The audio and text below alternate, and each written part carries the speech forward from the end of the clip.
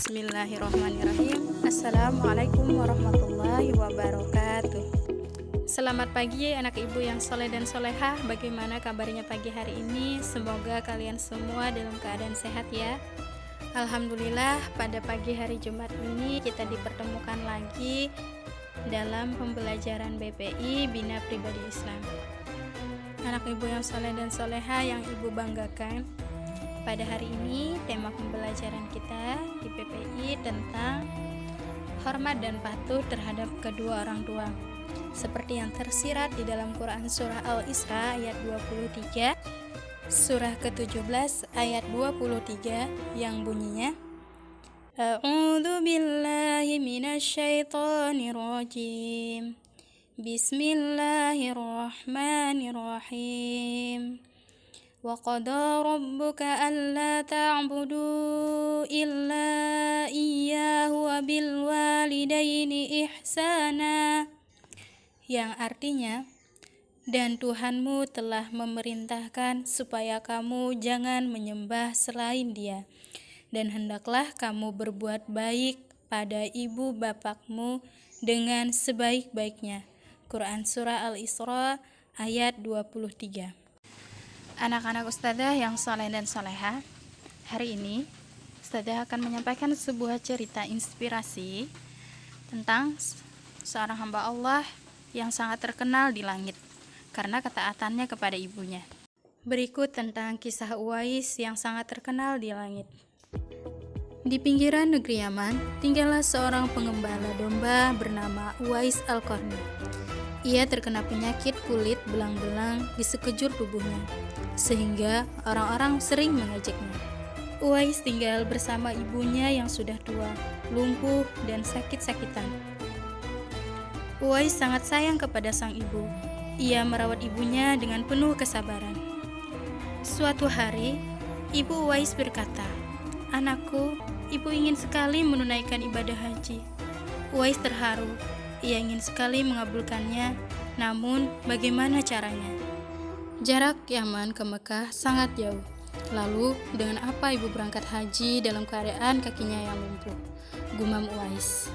Uwais berniat menggendong sang ibu untuk berhaji ke Mekah. Oleh karena itu, tubuhnya harus kuat. Setiap hari ia berlatih menggendong lembu hingga orang-orang mengiranya sudah tidak waras. Tibalah waktunya Uwais menggendong ibunya berangkat haji dari Yaman ke Mekah. Ibu Uwais terharu dan bercucuran air mata. Akhirnya ia dapat melihat Ka'bah. Di hadapan Ka'bah, Uwais berdoa, "Ya Allah, ampuni semua dosa ibu." "Bagaimana dengan dosamu?" tanya ibunya heran. "Dengan terampunnya dosa ibu, maka ibu akan masuk surga. Cukuplah ridho dari ibu yang akan membawaku ke surga," jawab Uwais dengan mantap. Sepulang dari Ka'bah, Uwais seketika sembuh dari penyakit kulitnya.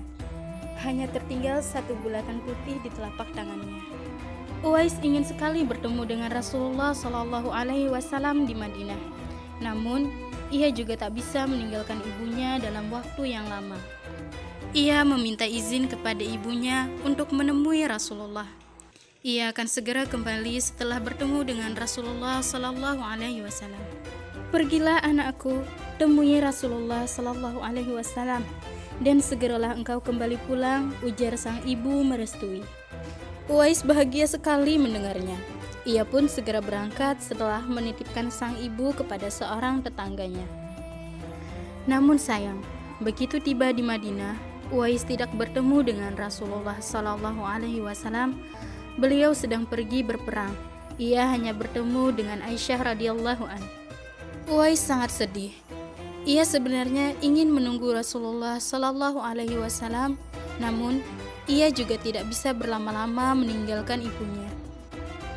"Aku harus segera pulang karena ibuku menunggu di rumah. Sampaikan salamku untuk Rasulullah Sallallahu Alaihi Wasallam, ya Ummul Mukminin," ujar Uwais kepada Aisyah radhiyallahu anha. Ia pun pulang ke Yaman dengan hati yang sedih.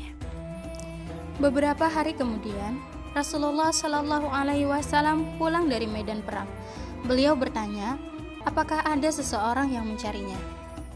"Benar ya Rasulullah, Beberapa hari yang lalu, seseorang dari Yaman datang mencarimu, tapi ia tidak dapat menunggu karena tidak ingin meninggalkan ibunya terlalu lama.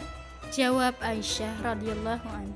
Kalau kalian ingin berjumpa dengannya, perhatikanlah ia mempunyai tanda putih di telapak tangannya, ujar Rasulullah Shallallahu Alaihi Wasallam kepada para sahabat suatu hari. Aisyah radhiyallahu an dan dua sahabat Rasulullah Shallallahu Alaihi Wasallam, Ali radhiyallahu an dan Umar radhiyallahu an, tertegun mendengarkan.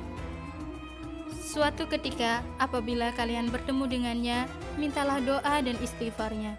Dia adalah penghuni langit, bukan orang bumi, sabda Rasulullah Shallallahu Alaihi Wasallam kepada Umar dan Ali. Uwais tidak pernah bertemu Rasulullah hingga Rasulullah Shallallahu Alaihi Wasallam wafat. Meski tidak pernah bertemu, Uwais sangat mencintai Rasulullah Shallallahu Alaihi Wasallam. Begitu juga Rasulullah Shallallahu Alaihi Wasallam mencintai Uwais dan tahu betapa mulia Uwais di sisi Allah Subhanahu Wa Taala. Berpuluh tahun kemudian, Uwais meninggal dunia. Para tetangga yang selama ini memandangnya sebelah mata sangat kaget menyaksikan apa yang terjadi di hari pemakaman Uwais. Saat hendak dimandikan, tiba-tiba banyak orang tak dikenal saling berebut untuk memandikannya. Orang-orang tak dikenal itu berduyun-duyun datang mensolatkan dan mengantarkan Uwais ke kuburnya. Siapa orang-orang itu? Beberapa orang mengira mereka adalah jelmaan para malaikat yang sengaja turun untuk ikut menghadiri pemakaman Uwais. Uwais begitu mulia di sisi Allah dan para malaikat penghuni langit, sebab ia sangat berbakti kepada ibunya. Uwais sangat terkenal di langit meski tidak dikenal di bumi. Alhamdulillahirabbil alamin. Itu tadi cerita tentang Uwais yang begitu terkenal di langit.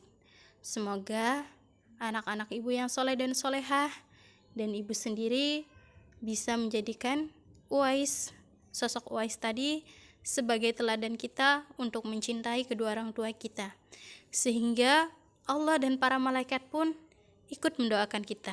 Sampai di sini pembelajaran kita hari ini. Salah dan khilaf, ibu mohon maaf. Ibu akhiri.